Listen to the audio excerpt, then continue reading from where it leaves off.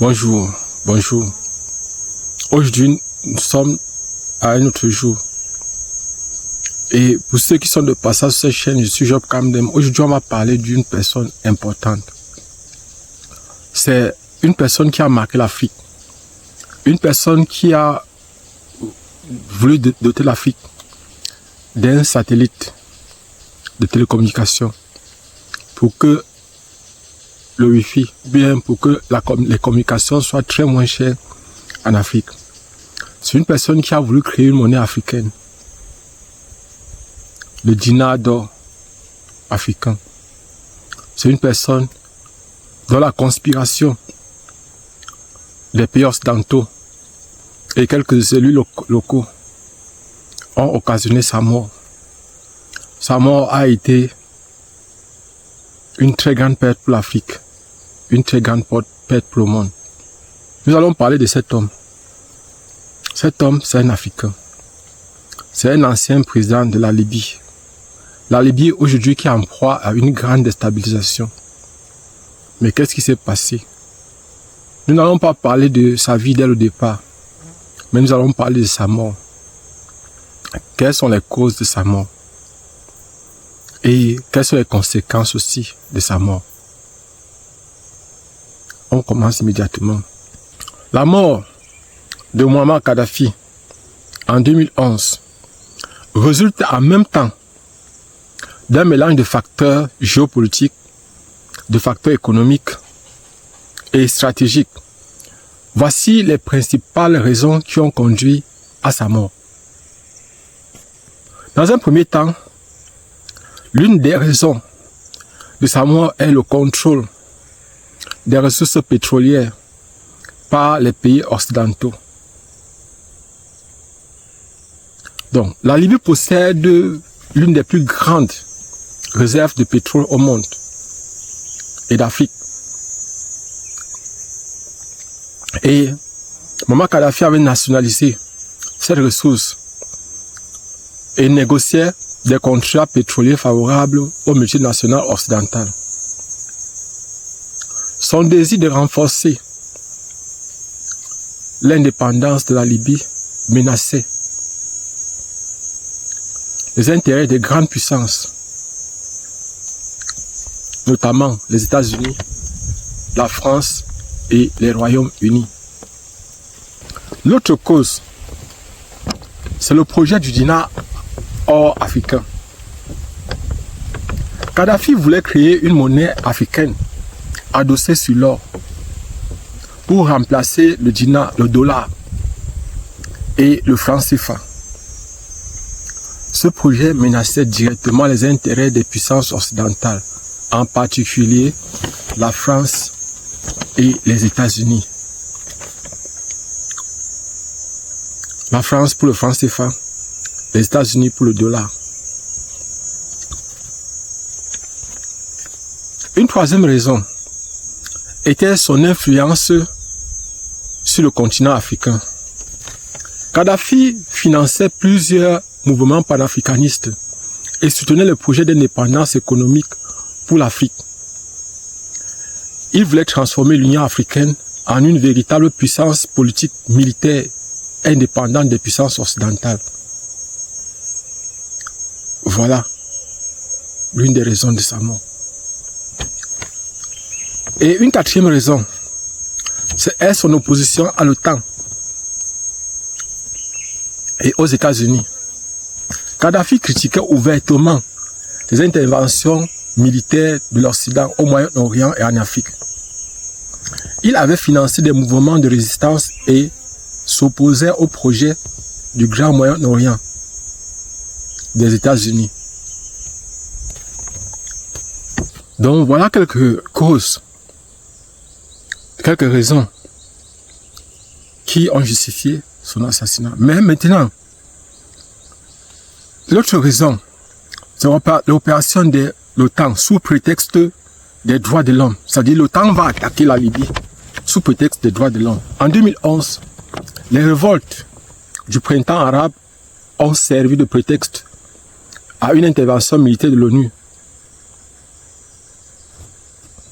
À une intervention militaire sous le mandat de l'ONU. l'OTAN a appuyé militairement les rebelles libyens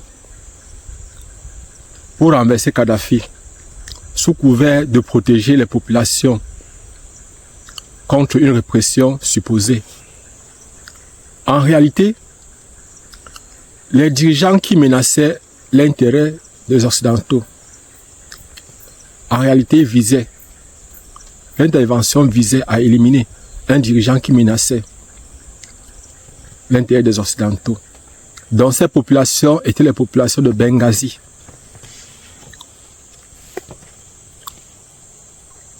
Maintenant, voyons une autre cause, une autre raison. C'est le rôle de la France et de Nicolas Sarkozy. Des documents révélés après la mort de Kadhafi montrent qu'il avait financé la campagne présidentielle de Nicolas Sarkozy en 2007.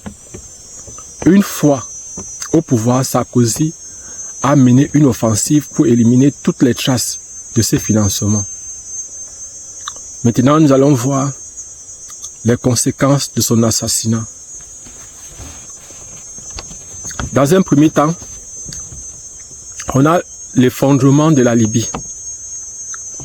La Libye est plongée dans le chaos depuis sa mort, avec la guerre civile et l'émergence des groupes terroristes. Dans un deuxième temps, il y a les migrations massives.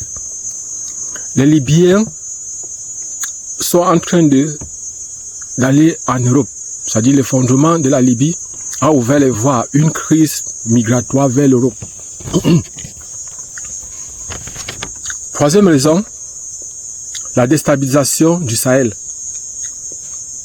L'armement libyen s'est retrouvé entre les mains des groupes terroristes au Mali, au Niger et au Nigeria. Maintenant, quelles sont les raisons cachées et les raisons exprimées de l'assassinat de Kadhafi?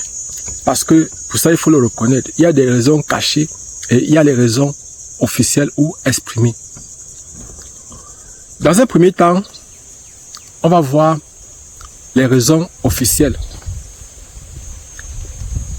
Les raisons cachées plutôt. Commençons par les raisons cachées. Concernant la France. La France de Nicolas Sarkozy.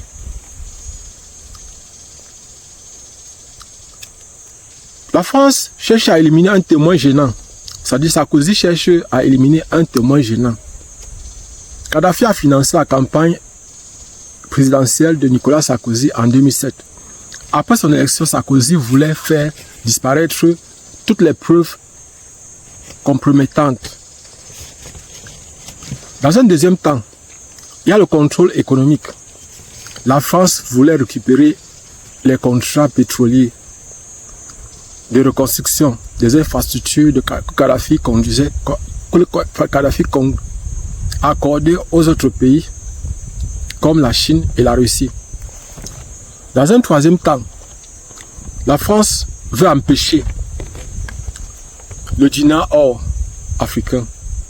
Le projet de Kadhafi menaçait directement le franc CFA, un levier économique essentiel pour la domination française en Afrique. La France voulait aussi affaiblir son influence en Afrique, c'est-à-dire affaiblir l'influence de Kadhafi en Afrique. Kadhafi finançait plusieurs projets panafricains et soutenait des gouvernements africains opposés à l'influence française. Maintenant, on va voir les raisons évoquées, c'est-à-dire les raisons officielles. La première raison, c'est la protection des civils. Sarkozy a justifié l'intervention en affirmant que Kadhafi massacrait son peuple, notamment à Benghazi. Deuxième raison, droits de l'homme et démocratie. La France s'est positionnée comme un défenseur de la démocratie contre la dictature de Kadhafi. Troisième raison, soutien au printemps arabe. Paris a présenté son engagement comme un soutien aux aspirations des peuples à la liberté. Maintenant, on va voir le cas des États-Unis. Pourquoi les États-Unis voulaient la mort? Les États-Unis de Barack Obama et Hillary Clinton voulaient la mort de Muammar Kadhafi, qui est libyen. On va voir d'abord les raisons cachées.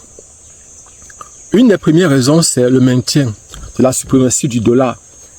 Kadhafi voulait instaurer une monnaie africaine adossée sur l'or. C'est-à-dire, Kadhafi, comme les Africains, que les pays africains possèdent beaucoup d'or, cette monnaie devait être plus élevée que toutes les autres monnaies du monde. Et le dollar devait être faible devant cette monnaie-là. Parce que chaque fois, on a de l'or, il suffit seulement de trouver une bonne quantité d'or et d'aller donner, on devait avoir beaucoup d'argent. Et notre monnaie devait peser pour les échanges internationaux. Donc, ce qui aurait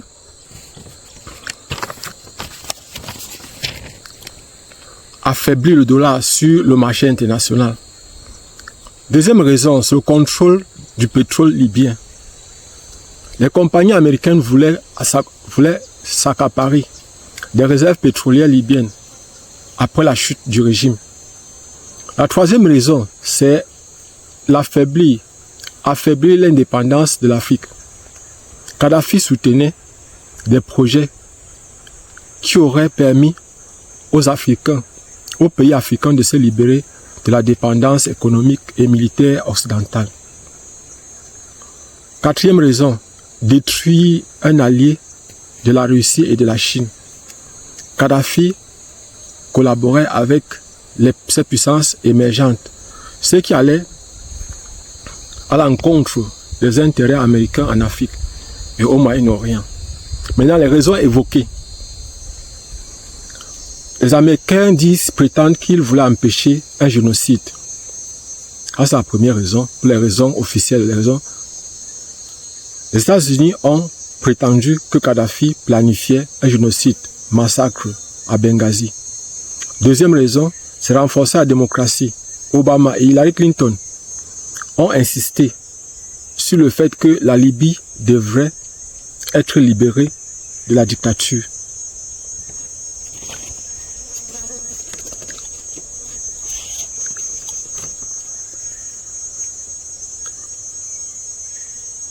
Quatrième raison maintenant, c'est le soulèvement, soutenir les soulèvements populaires. Washington a présenté son intervention comme une réponse aux aspirations démocratiques du peuple libyen. Maintenant, il y a un troisième pays, c'est le Royaume-Uni, c'est-à-dire les Britanniques. David Cameron, Premier ministre anglais, voilà les raisons cachées pour entrer en guerre contre Muammar Kadhafi, le guide libyen. Raison cachée. Sécuriser les contrats pétroliers et militaires. Londres voulait garantir que les entreprises britanniques comme BP bénéficient des richesses libyennes après la chute de Kadhafi. Deuxième raison. Affaiblir un leader influent en Afrique et du Moyen-Orient. Kadhafi était un acteur clé de la région et sa disparition a permis aux puissances occidentales de réorganiser leur stratégie. Troisième raison, protéger les intérêts de la City de Londres. Le dinar or africain de Kadhafi avait vu le jour. Si le dinar d'or africain de Kadhafi aurait vu le jour, alors il aurait réduit l'influence financière de la livre sterling et du système bancaire occidental. Maintenant, les raisons évoquées ou les raisons officielles. Cameron prétend arrêter un dictateur sanguinaire. Cameron a accusé Kadhafi de tuer son propre peuple. Deuxième raison, rétablir la stabilité en Libye. Le Royaume-Uni a apporté cette intervention comme un moyen d'apporter la paix. Troisième raison, éviter une crise humanitaire. Londres a justifié son engagement en parlant de la protection des civils libyens. Les trois pays ont utilisé les prétextes humanitaires pour justifier une guerre d'agression, dont les véritables motifs étaient économiques et géopolitiques. Après l'assassinat de Kadhafi, la Libye est plongée dans le chaos et les puissances occidentales ont récupéré une partie des ressources qu'elles convoitaient. Voilà par exemple, en fait, en ce qui concerne le guide Muammar Kadhafi. Et en 2011, Kadhafi, à partir des services secrets américains, britanniques et français, fut capturé et livré à la population de Benghazi. Il fut assassiné. Kadhafi était un homme, c'est vrai, 42 ans au pouvoir, mais qui a su donner à son peuple le bonheur. En Libye, Kadhafi est l'une des rares personnes qui a fait l'un des plus grands projets du siècle. Ravitailler le désert, faire en sorte que les arbres apparaissent au désert du Sahara, c'est-à-dire au désert libyen. Faire qu'on fasse de l'agriculture au désert. Le peuple était bien, le peuple était à l'aise. Les Libyens certainement regrettent la mort de Kadhafi. Qu'est-ce qu'un peuple recherche le plus, si ce n'est son bonheur, si ce n'est de vivre, d'envoyer ses enfants à l'école, de se former, de travailler, de gagner de l'argent, de se nourrir, de se déplacer, de s'épanouir. En dehors de ça, qu'est-ce qu'il y a encore d'autre? C'est ce que le peuple libyen avait. Et à cause de ces trois pays occidentaux, la France, le Royaume-Uni, les États-Unis, la Libye a perdu un homme. La Libye a perdu un guide. Et l'Afrique, jusqu'aujourd'hui, pleure son mort. Pleure Kadhafi. Et il n'y a pas eu d'héritier, de personnes pour continuer le vaste projet, pour continuer le projet du dinar africain. Du dinar or. C'est un projet qui peut permettre à l'Afrique de se développer. L'Afrique possède de l'or en très grande quantité. Pourquoi ne pas créer une monnaie qui repose d'or sur l'or? Le projet de Kadhafi n'est pas un projet à jeter. C'est un projet à récupérer. Donc, en fait, selon moi, les chefs d'État africains devraient profiter de ces projets pour faire émerger l'Afrique, pour faire émerger leur pays. Vous avez vu un simple problème. Un problème concernant un pays, un être. Kadhafi, un guide. Les prétentions sont d'ordre humanitaire. On prétend venir soutenir le peuple, alors que les visées sont stratégiques, sont géopolitiques. On pense que c'est celui-là qui empêche à nos pays de pouvoir se développer, c'est-à-dire aux pays occidentaux, États-Unis, France, Royaume-Uni. Comment peut-on comprendre un homme tel que Nicolas Sarkozy, qui dînait quelques temps avant sa mort, avec le guide libyen, qui a fait se promener le guide libyen dans l'Élysée, à l'Élysée. Quelques temps après, il va le tuer. Il va tout faire pour le tuer. Il va le condamner. Il va le livrer. Comment comprendre ce genre de personnes qui ne pensent qu'à ses intérêts, qui ne pensent pas aux intérêts des autres? Ils ont créé de la désolation en Afrique. La Libye a souffert. La population, le peuple libyen jusqu'aujourd'hui souffre. Laisse le peuple d'Afrique souffre encore plus. Kadhafi, un homme d'État. Kadhafi, un homme de valeur. Moi-même, j'avais cru, je ne vais pas vous cacher, j'avais cru que c'était vrai qu'il pillait son peuple, qu'il torturait son peuple et qu'il était prêt à créer un génocide. Mais c'est maintenant que je comprends beaucoup de choses. Vous savez, dernièrement, Ibrahim Traoré a fait part du fait que ces médias occidentaux, et même ces médias qu'on pense être panafricains, Jeune Afrique, TV5, RFI et beaucoup d'autres médias font le chantage aux hommes politiques africains. Chacun dépose souvent des énormes mallettes bourrées d'argent pour pouvoir laver son image. Et quand tu ne donnes pas, on te salit. On peut comprendre pourquoi certaines dictatures en Afrique persistent et perdurent. On peut comprendre pourquoi certaines personnes, lorsqu'elles font du mal, on dit qu'elles font du bien. Voilà par exemple, il n'y a aucun chef d'État africain qui récupère le projet de Kadhafi. Les Africains ne savent que pleurer. Ils ne savent que pleurnicher. Ils attendent qu'on les aide. Mais personne pour aider. Personne pour prendre le devant, pour vouloir le bonheur de son peuple. Qu'est-ce qu'on peut faire?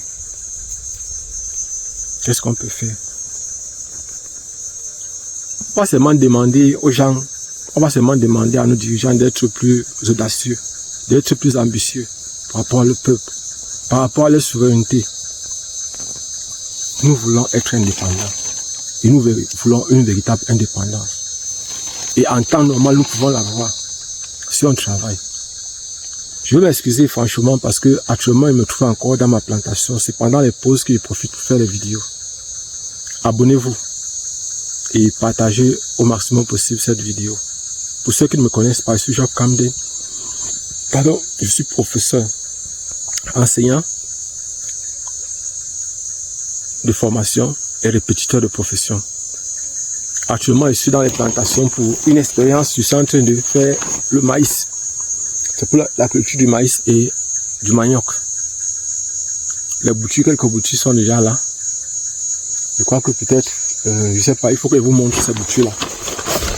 Je vais aller vous montrer, il faut un peu vous montrer les boutures aussi, le maïs. Parce que le maïs qui pousse déjà. Vous voyez par exemple le maïs, je n'ai pas encore mis l'herbicide. On va faire passer l'herbicide, voir le maïs qui pousse déjà.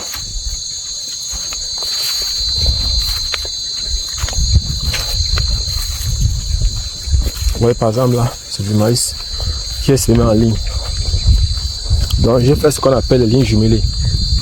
Vous aurez l'impression que c'est serré, mais regardez par exemple, vous aurez l'impression que c'est serré, mais en fait dans le fond c'est pas serré. Donc les lignes, il y a 30 cm entre les tiges de maïs sur une ligne, 30 cm entre deux lignes, donc, et puis après ça 80 cm. Donc vous voyez par exemple, partout ici là, j'ai déjà semé le maïs. C'est ça qui pousse là. Et le manque de pluie fait en sorte que le maïs, vous voyez, ça jaunit ici. Parce que les pluies ne pleuvent pas. Vous voyez par exemple là. Donc voici par exemple les boutures. Ici il s'agit des boutures de manioc. Donc j'ai demandé 5 boutures, 5. Et chaque tala coûte 1000 francs. Chaque tala coûte 1000 francs. Je vais porter ça, amener ça à l'ombre. Parce que ici au soleil ça va vite sécher. Donc voilà par exemple, ça sont les boutures que je vais mettre. Il faut encore comme ça peut-être. Je crois. Si je ne me trompe pas. Il faut 50 comme ça. Et il faut 50 comme ça pour suffire sur 1 hectare. 50 tas comme ceci. Parce que ici, sur chaque hectare, il y a combien? 1, 2, 3, 4, 5, 6, 7, 8, 9, 10, 11, 12, 13, 14, 15, 16, 17, 18, 19, 20, 21, 22, 23, 24, 25, 26, 27, 28, 29. Donc presque 30. 30 boutures. Ça veut dire qu'avec 50. Parce que j'ai envie de mettre 50, j'ai envie de mettre 20 000 boutures sur l'hectare. Donc ici on a plus d'un hectare normalement. On a plus d'un hectare normalement. Et j'ai envie d'atteindre, peut-être si possible, au moins j'ai envie d'atteindre ici au moins 20 000, 20 à 25 000 boutures sur un hectare. Abonnez-vous et partagez. Donc on se voit prochainement, Inch'Allah.